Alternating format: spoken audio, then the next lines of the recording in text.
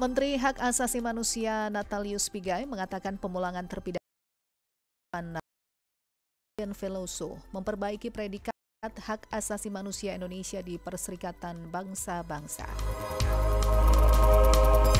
Kementerian Kesehatan memperkuat strategi deteksi dini dalam menangani lupus erythematosus sistemik atau LES dengan meluncurkan program Saluri atau Periksa Lupus Sendiri pada tahun 2025.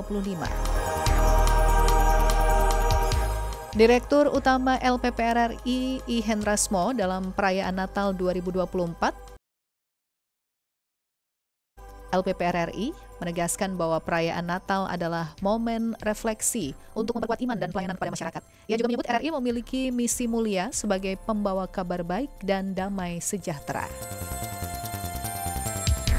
Dan 3 informasi tersebut selengkapnya dapat Anda baca di laman resmi kami di rri.co.id.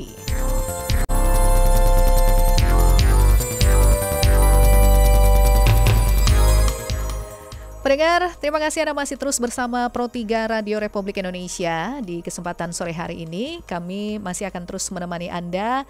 Di segmen sore ini, kami akan hadirkan dialog interaktif kerjasama Radio Republik Indonesia dengan BPJS Kesehatan. Nanti kita akan membahas mengenai stabilkan penyakit kronis dengan program rujuk balik BPJS Kesehatan.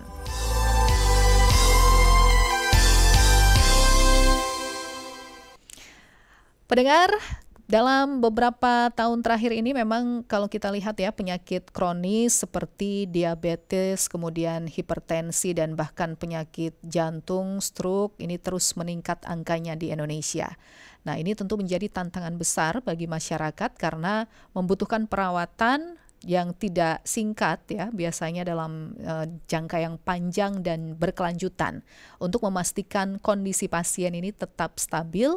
Tentu untuk mencegah terjadinya komplikasi yang tidak hanya perawatan jangka panjang, kalau kita bicara tentang perawatan medis, kita berbicara mengenai biayanya yang tidak murah.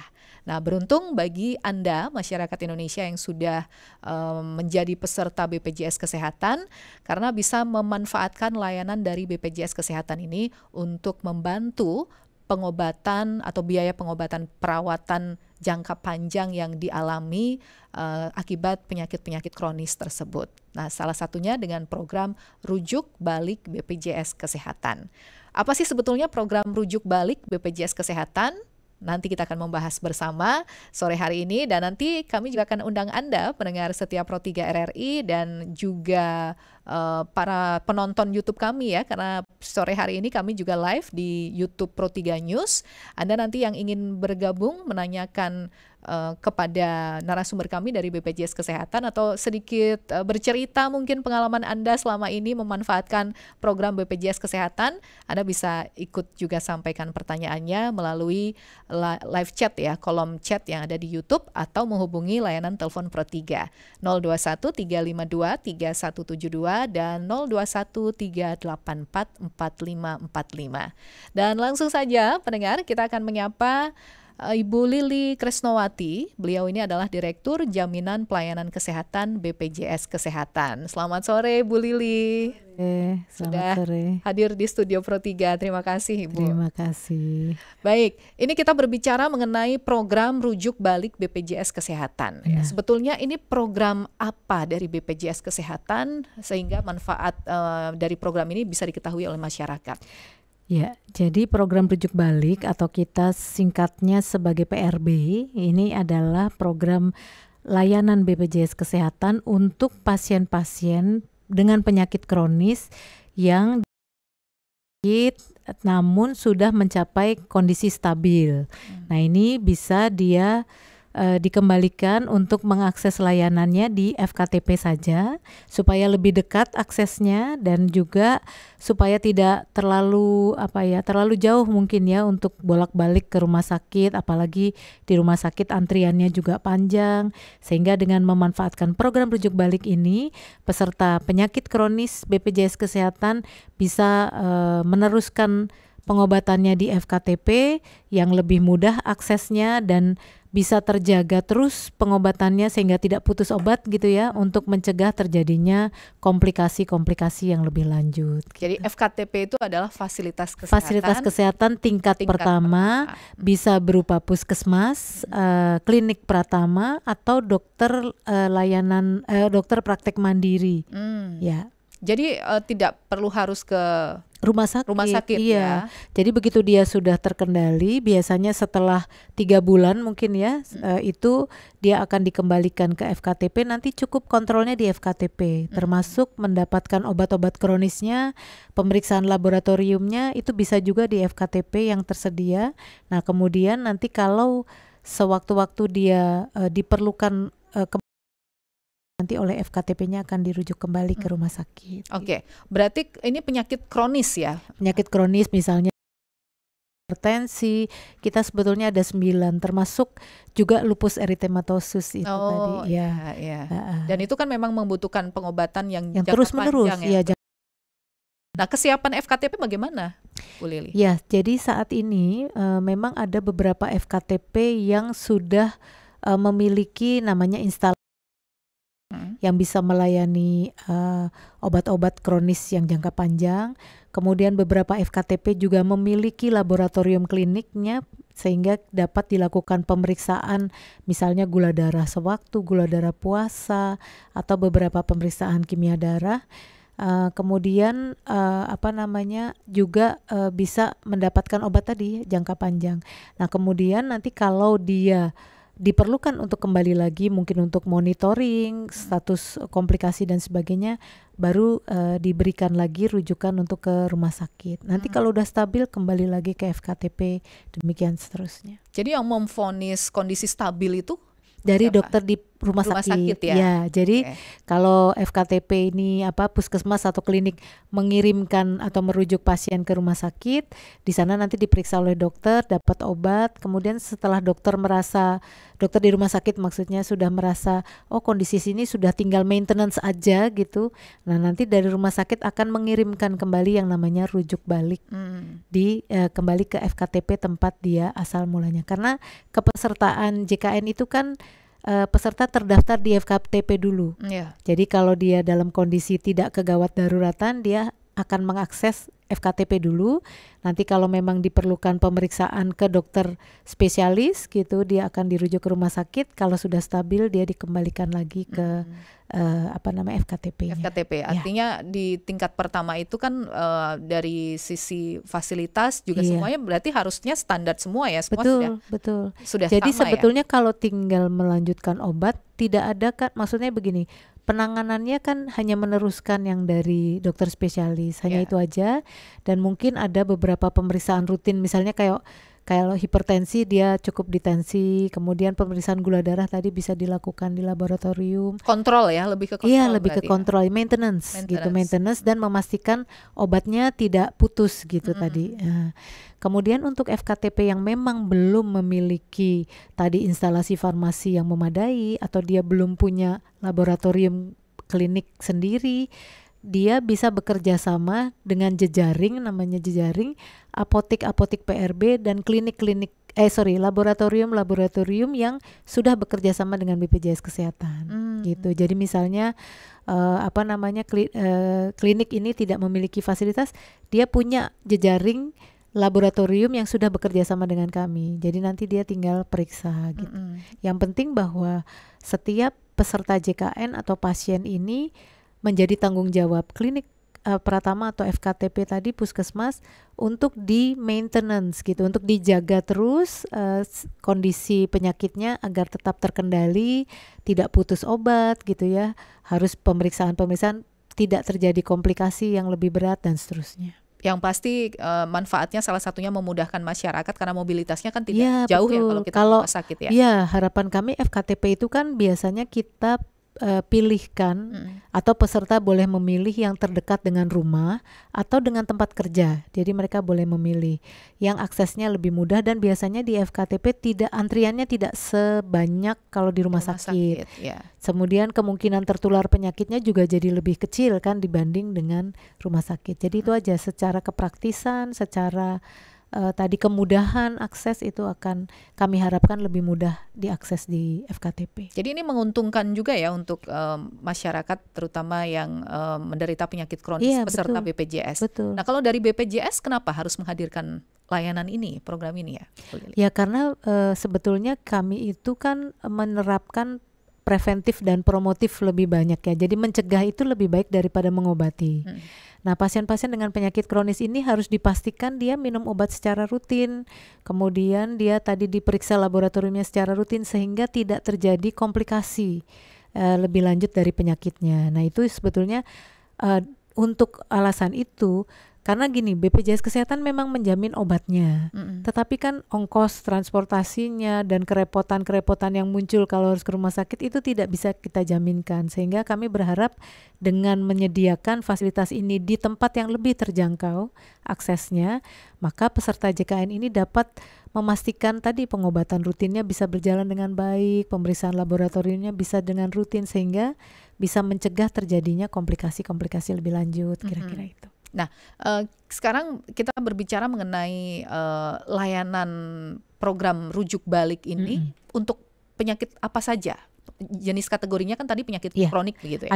Ada 9 kalau saya nggak salah ya. Jadi sesuai dengan Perpres 82 tahun 2018 dan juga Permenkes 28 tahun 2014, ada beberapa penyakit kronis yang masuk di dalam program PRB adalah diabetes mellitus, hipertensi, penyakit jantung, asma, penyakit paru obstruktif kronis atau kita bilang PPOK, ada penyakit epilepsi, kemudian penyakit jiwa itu skizofrenia, kemudian ada stroke dan juga lupus eritematosus itu, SLE. 9 ya, sejauh ini ya. Sejauh ini. Ada kan penyakit-penyakit yang mungkin perlu penanganan terapi misalnya, seperti stroke misalnya ya, Bu Lili. Bisa juga dilakukan di FKTP atau bagaimana? Sepanjang dia kondisi akutnya sudah teratasi, jadi dia tinggal maintenance aja gitu ya. Misalnya minum-minum obat-obat stroke, kan stroke itu biasanya karena hipertensi juga. Jadi dia harus dimonitor hipertensinya dan seterusnya, itu bisa dilakukan di FKTP saja. Nanti kalau dokter FKTP merasa ini kok ada sesuatu atau mungkin ada keluhan dari pasien, nah ini baru bisa dirujuk kembali ke rumah sakit. Prinsipnya sebetulnya bisa saja dirujuk, tetapi kami berharap dengan adanya PRB ini aksesnya lebih mudah dan juga kemungkinan jadi begini, FKTP ini juga kita berikan semacam target ya, untuk terutama untuk diabetes dan hipertensi. Semua peserta yang terdaftar di FKTP ini harus dia harus dia jangkau, harus dia outreach gitu, supaya memastikan kalau pesertanya ini dalam kondisi terkendali diabetes mellitusnya dan hipertensinya. Kalau pasien-pasien yang terdaftar di kliniknya terkendali diabetes mellitus, maka klinik ini bisa mendapatkan reward dengan pembayaran kapitasi yang lebih baik gitu. Jadi itu menjadi kinerja dari klinik FKTP ya, atau puskesmas itu ya. Tapi indikatornya apa? Harus report berkala begitu atau bagaimana? Iya. Jadi kan setiap kali peserta JKN mengakses layanan, Vaskes ini akan menginput data layanan ini ke dalam sistem informasi kami. Kalau di FKTP namanya PICARE. Jadi dengan menginput data di dalam PICARE, kami sudah bisa melihat dan menilai setiap bulan, kan kami bayar kapitasi. Kalau FKTP ini raportnya bagus, kapitasinya akan lebih baik dan lebih tinggi dibanding FKTP yang tadi nilai raportnya tidak baik gitu. Jadi ada beberapa indikator yang kami nilai setiap bulan. Nah, sekarang evaluasi dari BPJS sendiri setelah program ini sendiri sudah ada sejak kapan dan bagaimana evaluasi sejauh ini? Sebetulnya program ini sudah cukup lama ya, sejak kalau BPJS sendiri kan 10 tahun, mungkin program ini sudah lebih dari 5 tahun, tetapi memang itu tadi, jadi masih kelihatannya ya, masih ada persepsi dari peserta bahwa kalau sakit itu harus ke rumah sakit gitu. Nah ini yang sebetulnya kami sayangkan karena rumah sakit jadi penuh, antriannya panjang, kemudian apa tadi ya kalau terjadi antrian panjang dan penuh tadi kemungkinan untuk tertular penyakit-penyakit lain tentu banyak dan jaraknya pasti lebih jauh sehingga tentu akan menghabiskan sumber daya lebih banyak. Nah, karena itu persepsi. Padahal sebetulnya kalau dia sudah terkendali tadi sudah stabil, hanya untuk maintenance saja bisa sebetulnya dilakukan dan kompetensinya dokter yang ada di FKTP sudah bisa untuk memonitor ya, untuk memonitor kondisi-kondisi penyakit kronisnya. Nanti apabila dokter di FKTP ini merasa bahwa pasiennya perlu dirujuk untuk pemeriksaan spesialistik, pasti dia akan kasih rujukan kembali ke rumah sakit. Jadi untuk peserta BPJS Kesehatan sejauh ini banyak juga yang sudah memanfaatkan. Oh sudah cukup banyak. Jadi sebetulnya kami ingin meningkatkan kembali saja karena kan peserta penyakit kronis ini terus bertambah. Nah sejauh ini sebetulnya sudah cukup banyak yang mendapatkan PRB, tetapi kami ingin ini semakin banyak lagi orang yang bisa memanfaatkan layanan PRB ini tadi supaya kemudahan akses dan dia lebih terkendali penyakitnya mencegah terjadinya komplikasi lebih lanjut lah gitu. Jadi tantangannya tadi ya yang saya catat kalau orang sakit apalagi yang sudah kronis selalu pengennya minta rujukan ke rumah sakit begitu ya. Nah, apa alasan yang mungkin bisa ditangkap oleh BPJS begitu ya, BPJS Kesehatan, mengapa ini yang tertanam di masyarakat kita? Betul. Ada apa dengan FKTP? Sebetulnya kan begitu ya. Sarprasnya, SDM-nya atau apanya? Silakan Bu Lili. Iya, jadi sejauh ini ya hanya masalah mungkin kebiasaan lama sejak dulu ya. Pada waktu kita belum ada layanan asuransi sosial, orang punya persepsi gitu ya. Tetapi saya ingin meyakinkan juga bahwa sebetulnya FKTP pun bisa kalau hanya untuk memonitor kondisi-kondisi rutin ini bisa, dan nanti setiap bulan sekali ke rumah sakit, nanti kalau sudah stabil dikembalikan lagi. Prinsipnya memang oleh dokter rumah sakit sudah diizinkan gitu ya, artinya kondisi ibu sebetulnya sudah tinggal maintenance aja gitu, jadi itu bisa kembali ke FKTP. Maka sebaiknya kembali ke FKTP supaya tadi tidak semua orang ke rumah sakit sehingga antrian panjang. Yang lebih memprihatinkan adalah kalau orang-orang yang memang membutuhkan layanan spesialistik itu tidak bisa terlayani karena sudah terisi duluan gitu oleh orang-orang yang sebetulnya pada saat itu tidak perlu layanan spesialistik tadi gitu. Jadi artinya kan ini tempat terbatas gitu ya. Kalau diisi oleh orang-orang yang sebetulnya sudah nggak perlu harus ke sana gitu, bisa dilakukan di ini. Jadi ini menurut saya perlu memberikan kesempatan pada orang-orang yang memang harus periksa spesialis supaya bisa ke rumah sakit. Nah ini sosialisasi ke FKTP sejauh ini bagaimana? Tidak asal memberikan rujukan Iya kan? Betul. Kami bahkan menilai juga salah satu kinerja dari FKTP adalah kalau mereka merujuk pasien-pasien yang seharusnya tidak boleh dirujuk. Nah itu nanti nilai rapotnya kan merah, sehingga akan berpengaruh kepada pembiayaan kapitasi. Jadi memang kami mengharapkan FKTP ini kan kalau di dalam sistem JKN ini adalah sebagai gatekeeper. Ya, jadi dia memang harus memanage layanan kesehatan untuk pesertanya secara komprehensif. Kapan harus dirujuk, kapan bisa ditangani di sini, kapan harus periksa laboratorium dan sebagainya. Itu sebetulnya gatekeepernya di FKTP. Jadi kalau dia langsung main rujuk aja ya pasti. Tapi biasanya gimana sih Bu Lili? Pasien datang mengeluhkan sebuah kondisi kesehatan begitu ya. Pengennya langsung ditangani dokter spesialis gitu kan. Nah, betul. Apakah walaupun tetap harus melalui dokter umum yang ada di FKTP itu ya. Bisa nggak sih pasien itu meminta begitu rujukan langsung atau harus dari assessment di FKTP? Ya, harus dengan assessment tentu saja, karena kami tadi fungsinya FKTP kan sebagai gatekeeper. Jadi dokter di FKTP itu akan memeriksa dengan benar, kemudian dia akan tahu kalau penyakit-penyakitnya ringan kan sebetulnya nggak perlu ke rumah sakit misalnya gitu. Kalau keluhan-keluhannya, walaupun dia penyakit kronis ya, tapi kalau misalnya obatnya gimana, teratur, hasil laboratoriumnya baik, tapi saya ada pusing-pusing tambahan, ya kan kalau cuman pusing mungkin bisa ditangani dulu di Ya. FKTP. Nah, kalau tidak bisa baru kita rujuk. Jadi memang ini saya kira kita saat ini PR-nya adalah mengubah mindset itu tadi, sehingga tidak semuanya langsung ke rumah sakit atau ke FKRTL gitu. Karena kita kalau lihat di negara-negara maju juga biasanya asuransi sosial ini pasti berjenjang, pasti harus melalui dokter umum dulu gitu untuk bisa disaring lah istilahnya, kapan dia harus periksa laboratorium, kapan dia harus dirujuk ke rumah sakit. Itu sebetulnya tugasnya dokter di FKTP untuk melakukan itu tadi, Ya. gatekeeper tadi. Assessment itu dulu Assessment ya dulu, untuk masyarakat ya. betul, Perlu betul. tidak dirujuk begitu Nah, ya. betul. Ini kan melihat individu ya, atau artinya kasus per individunya Iya, masing-masing ya, Bu Lili. Atau barangkali begini, persepsi masyarakat kalau di FKTP terkait sarpras tadi atau obat-obatan lah kita bicara. Nah, ya. Obat-obatan, jangan-jangan nanti kalau nggak ke rumah sakit obatnya generik aja gitu. ya. Gimana Jadi tuh, Bu Lili? sebetulnya karena obat-obatan ini untuk penyakit kronis kami bayarkan terpisah daripada nilai kapitasi. Jadi memang kita mengharapkan obatnya itu sesuai dengan obat-obat yang diresepkan oleh dokter di FKRTL. Makanya tadi kalau FKTP-nya tidak memiliki instalasi farmasi yang memadai, dia bisa bekerja sama dengan apotek PRB.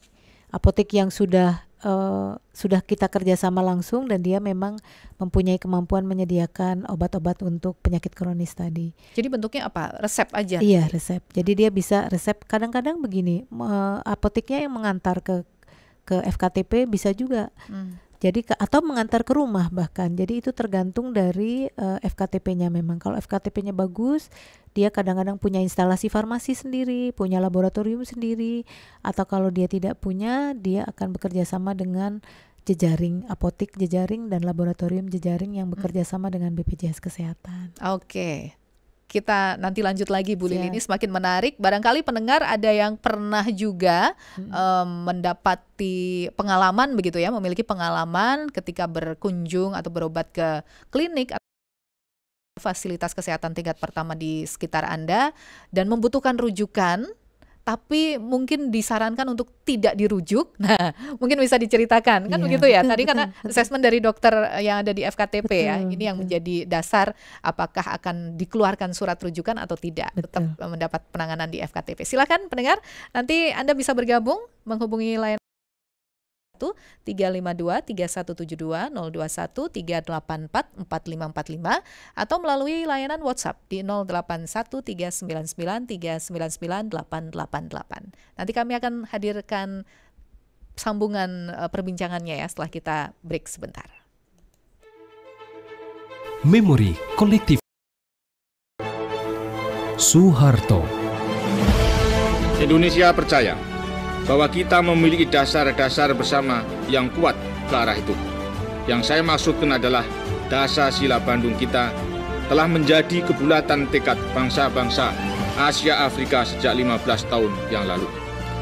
Indonesia melihat bahwa prinsip-prinsip tadi banyak mendapat ujian zaman.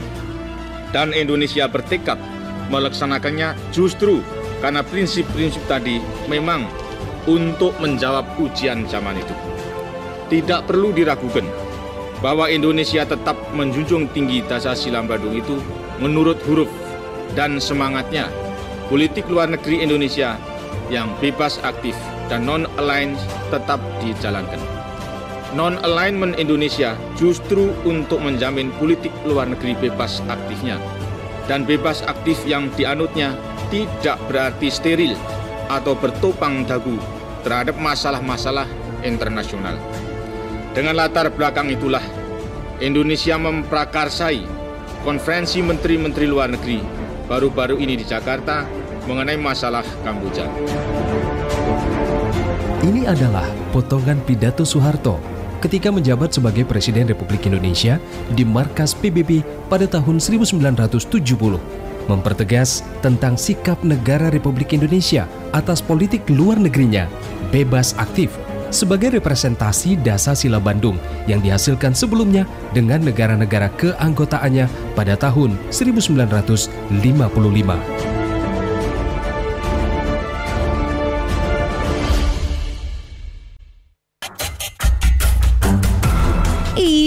Sebel. Sebel kenapa sih? Ini nih, masa beli minuman nggak dikasih sedotan? Lipstik di bibir aku kan bisa hilang kalau pakai langsung seruput begini. Hei, sedotan plastik kan gak ramah lingkungan. Menggunakan sedotan plastik yang kemudian berakhir menjadi sampah, akibatnya jutaan sampah sedotan plastik mencemari lingkungan. Makanya, bawa sendiri sedotan stainless steel, lebih aman dari sedotan plastik. Atau bisa pakai sedotan bambu serta bahan lain yang ramah lingkungan. Menghentikan penggunaan sedotan plastik, langkah kecil yang akan berdampak besar dalam upaya menyelamatkan lingkungan hidup.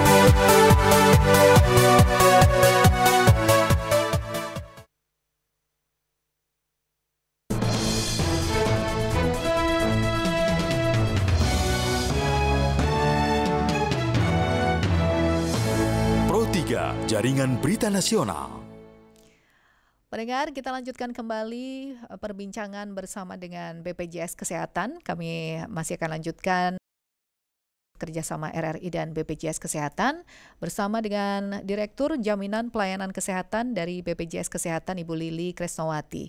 Kita masih akan memperbincangkan lagi mengenai program rujuk balik BPJS Kesehatan.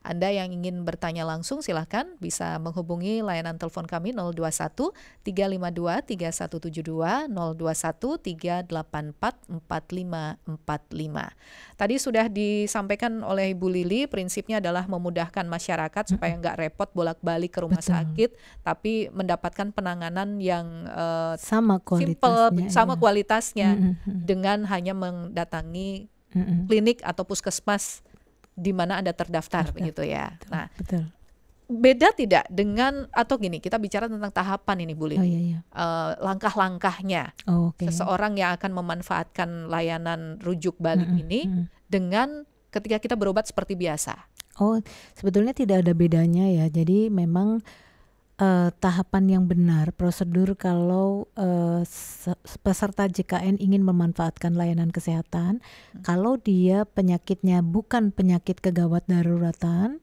maka dia harus melalui FKTP dulu.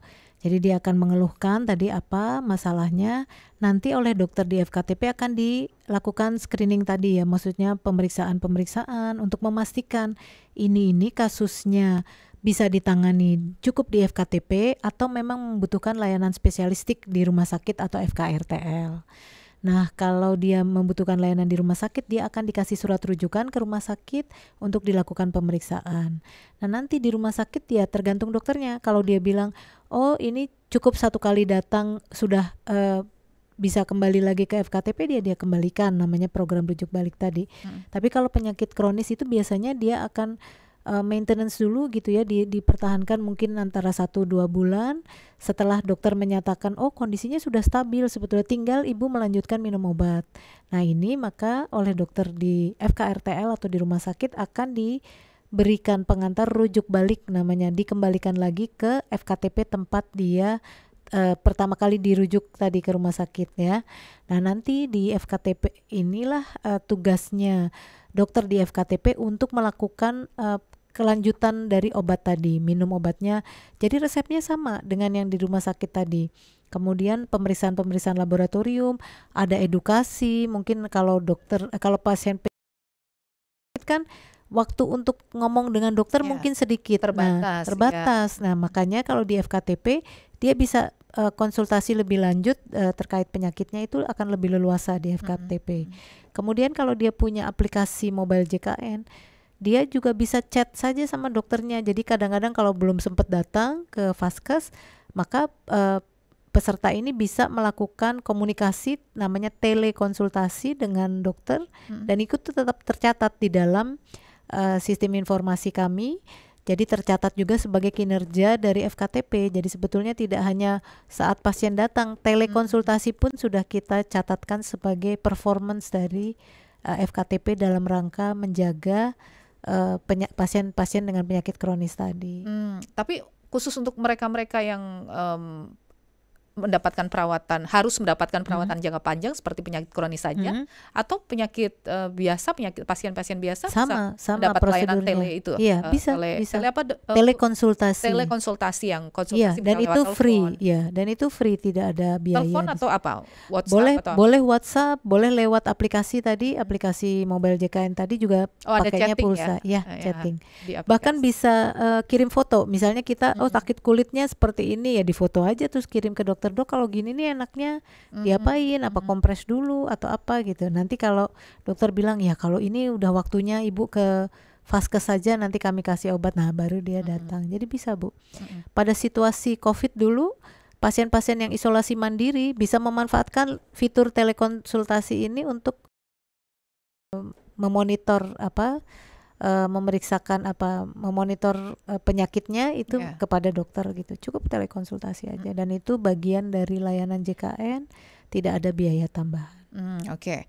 Nah, kalau untuk penyakit kanker bagaimana? Oh, ditahan dulu, ini nampaknya ada pendengar dari Klaten ya yang bergabung ya. Bu Marta di Klaten. Selamat sore Bu Marta. Baik, selamat sore. Ya, silahkan Ibu. Baik, terima kasih untuk kesempatannya bisa berinteraktif pada sore hari ini. Ya. Ada beberapa pertanyaan saya nih, Bu. Siap. Bagaimana jika terkait dengan prosedurnya untuk rujuk ini lebih dipermudah, lebih dipersimpel, supaya rujukan awal dari dokter keluarga itu biasanya itu kan lebih lama ya. Jadi ketika pasien ini sakit tapi tidak dalam keadaan darurat, dokter keluarga dulu. Nah, terkadang dokter keluarga itu berusaha untuk mengobati dulu, padahal ini sudah saatnya begitu. Tapi kadang dokter keluarga itu tetap harus berubah dulu di sini. Bagaimana Ibu tahu bahwa sudah waktunya beralih? Bagaimana jika langsung aja ke rumah sakit tujuan begitu. Oke, Bu Marta. Jadi supaya Bu Marta. lebih efektif. Halo. Ya, silakan Bu Lili, mungkin ada yang ditanya. Halo Bu Marta. Ya, halo. Bagaimana Ibu tahu bahwa ini udah waktunya ke rumah sakit gitu, Bu? Nah, pasien ini bisa mengetahui ya karena kondisi badan. Misalnya orang tua saya itu kan pernah sakit saraf kejepit ya, Bu ya, waktu itu. Dan ya memang tidak terlalu darurat ya, maksudnya tidak seperti orang yang alfal dan sebagainya. Dan itu kan memang harus segera ke rumah sakit ya, karena saraf kejepit itu kan sakit tak tertahankan. Dan itu sudah datang ke dokter keluarga, tapi dokter keluarga itu harus meminta untuk pengobatan dulu di situ. Padahal ini sudah saatnya ke rumah sakit, Bu. Sudah, pokoknya kami tuh ingin ke rumah sakit gitu, Bu. Ingin segera mendapatkan perawatan ke dokter syaraf. Ingin segera, ingin ada perawatan yang lebih intensif. Tapi dokter keluarga ini langsung pokoknya di situ dulu gitu. Ada lagi Bu Marta? Kemudian hanya diberi obat-obat penghilang rasa sakit ya, obat-obat itu artinya kan tidak segera pada penyakitnya gitu loh, Bu. Oh ya. Begitu. Oke. Jadi saya pikir ini kurang efektif begitu, Bu. Jadi supaya sistem ini tuh dipotong saja gitu. Jadi supaya tidak berbelit-belit. Kadang dokter keluarga itu hanya diberi obat penghilang rasa sakit. Padahal kita ini ingin segera ke rumah sakit begitu loh. Tapi sama dokter keluarga itu, Bu Marta, ya Bu Marta sama dokter keluarga itu supaya harus sistem ini lebih diefektifkan, lebih diefisiensikan, supaya pasien itu lebih cepat begitu, Bu, ke rumah sakit, ke vaskes pusatnya begitu, Bu. Makasih. Kasih Bu Marta. Terima kasih. Ya, kadang-kadang memang itu kondisi di lapangan kan seperti itu ya. Persepsi, ya baik. Bu Lili. Jadi izin ya Bu Marta. Jadi begini Bu, sebetulnya setiap dokter itu memiliki atau sudah dibekali untuk kemampuan untuk bisa mengatasi penyakit-penyakit dasar yang menjadi keluhan pasien biasanya. Tadi seperti yang saya sampaikan Ibu, memang program JKN ini menganut layanan kesehatan itu berjenjang Ibu. Jadi kalau tadi kondisi-kondisi situasi di mana dia masih bisa ditangani di FKTP, maka dia akan ditangani di FKTP. Karena misalnya tadi Ibu punya saraf kejepit, Ibu ke rumah sakit ke dokter spesialis untuk apa? Misalnya kecuali untuk memang akan dioperasi ya Bu ya. Kalau akan dioperasi kan tidak mungkin dilakukan di FKTP. Tapi kalau pemberian obat anti nyeri kan kadang-kadang ke rumah sakit juga dikasih obat dulu. Kalau nanti obatnya tidak bisa berkurang, maka baru dilakukan tindakan berikutnya. Nah, ini yang tergantung dari itu Bu. Tapi saya rasa kalau pemberian obat anti nyeri itu sebetulnya tetap bisa Bu dilakukan di FKTP. Memang Bu, nanti dokter keluarga ini yang akan melihat Ibu. Biasanya tidak akan selamanya dia pegang. Maksudnya begini, pada saat keluhan pertama dia nyeri, dikasih obat nyeri dulu kan. Kalau nanti keluhannya berkurang, berarti itu sudah bisa diatasin cukup di FKTP. Kalau tidak berkurang, maka Ibu bisa kembali lagi dan menyatakan, "Dok, ini sudah diobati, tetap tidak ada perubahan." Nah, maka nanti dokter baru akan memutuskan, kalau gitu Ibu sudah tidak bisa lagi dikasih obat-obatan saja, maka mungkin Ibu akan dirujuk lagi untuk penanganan lebih lanjut gitu. Tapi saya kira Ibu perlu mempercayai dokter keluarga tempat Ibu mendaftar pertama kali, karena itu tugas beliau untuk bisa menyaring tadi apakah memang sudah waktunya dilakukan pengobatan ke dokter spesialis atau tidak. Jadi memang kalau menggunakan fasilitas BPJS Kesehatan Ibu nanti akan dilihat dulu apakah layanannya spesialistik perlu ke rumah sakit atau cukup dilakukan di FKTP. Jadi Ibu memang tidak bisa langsung pengen ke rumah sakit, itu nanti harus dilakukan asesmen oleh dokter dan itu tugasnya dokter, tanggung jawabnya dokter. Apabila Ibu merasa tidak ada perubahan, Ibu boleh datang lagi dan bilang, "Dok, ini saya tidak bisa dilakukan ini," dan Ibu bisa meminta untuk dirujuk ke tempat lebih lanjut. Jadi tidak bisa misalnya datang udah langsung pengen ke rumah sakit. Nah, itu tugasnya memang tidak demikian Ibu. Kami meminta dokter FKTP untuk melakukan assessment. Jangka waktunya berapa lama ini dari datang pertama kali ke FKTP kemudian diberikan obat?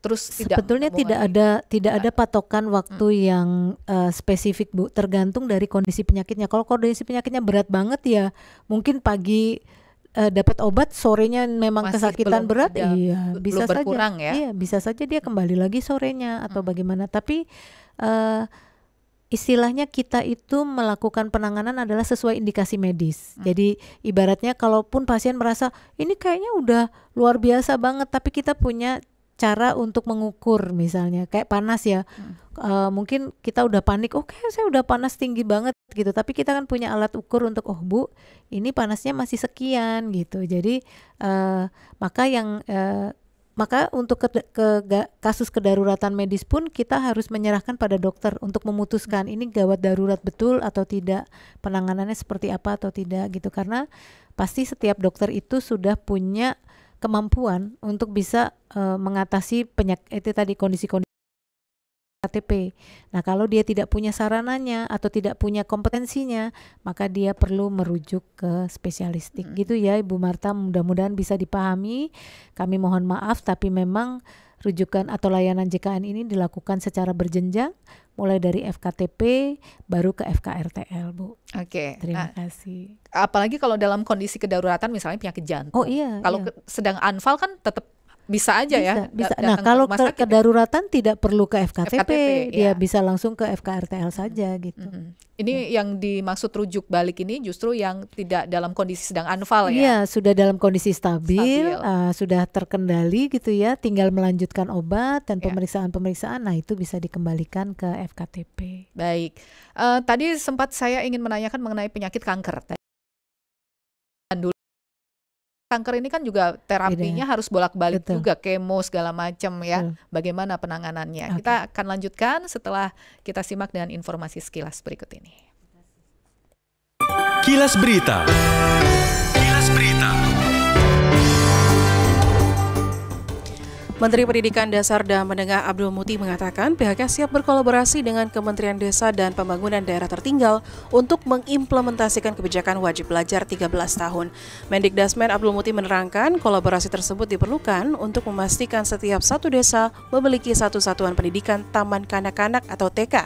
Mengingat kebijakan wajib belajar 13 tahun nantinya akan mewajibkan anak-anak usia dini untuk mengenyam pendidikan jenjang PAUD sebelum mengikuti jenjang pendidikan sekolah dasar atau SD. Informasi lainnya dapat Anda baca di rri.co.id.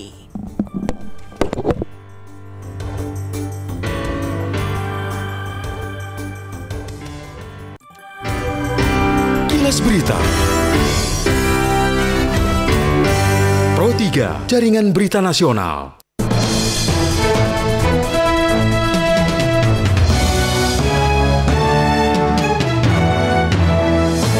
Pro 3 Jaringan Berita Nasional.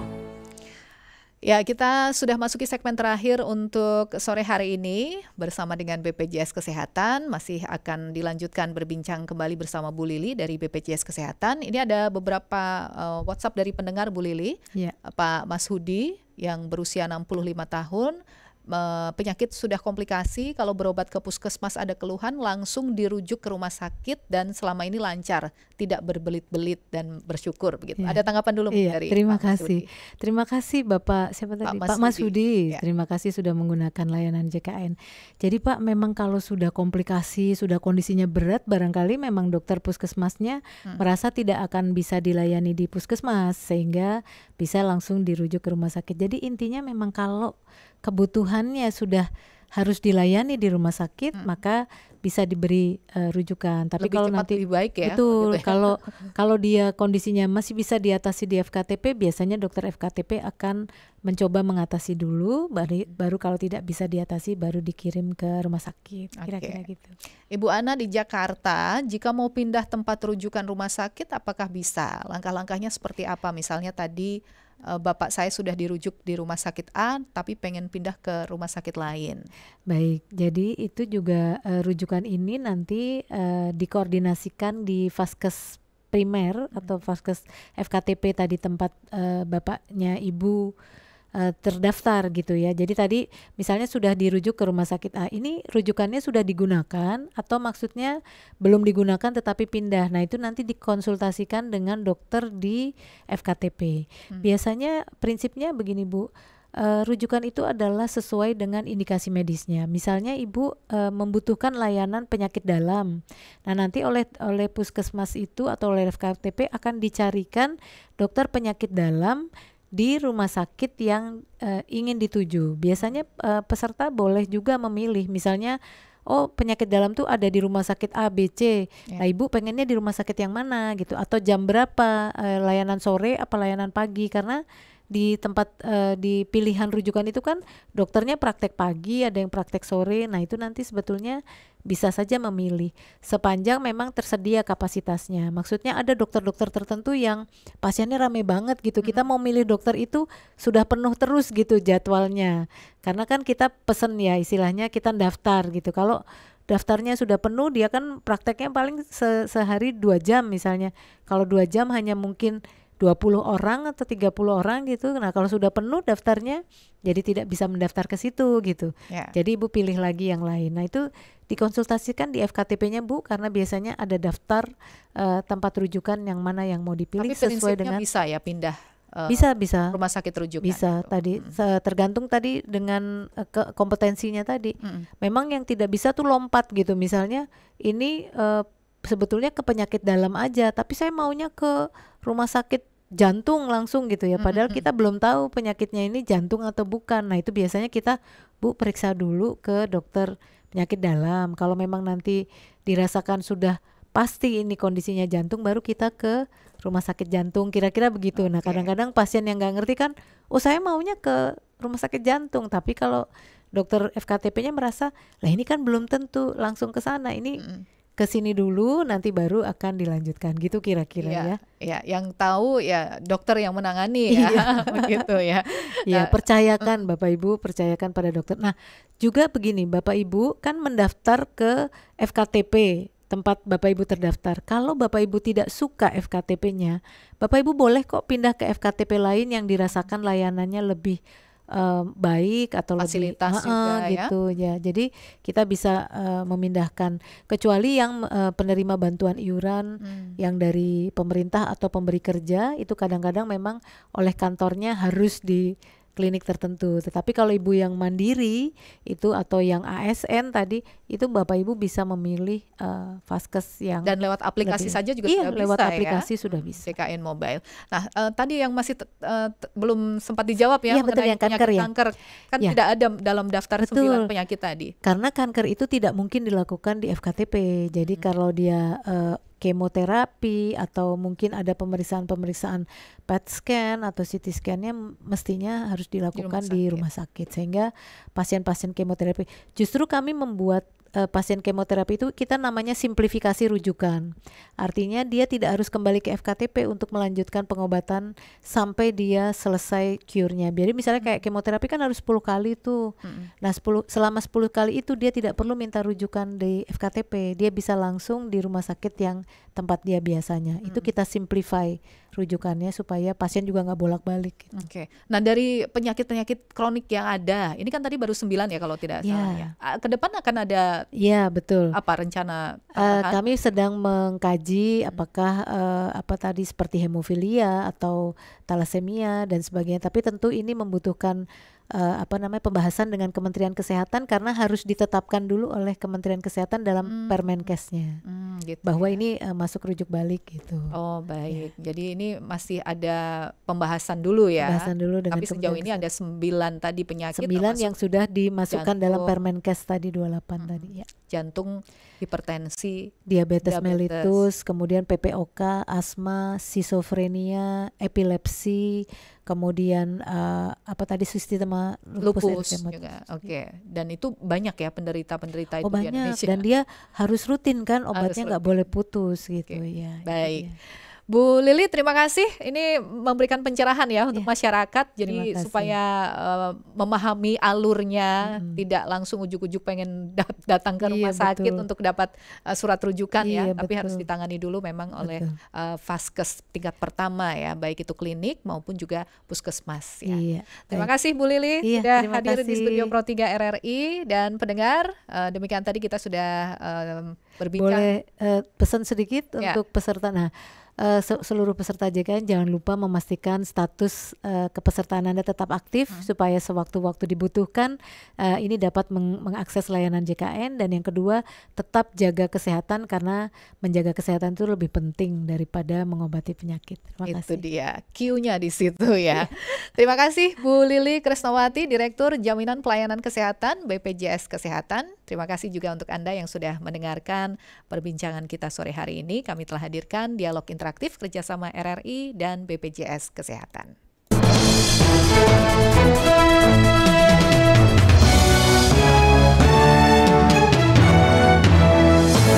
Pro 3, Jaringan Berita Nasional.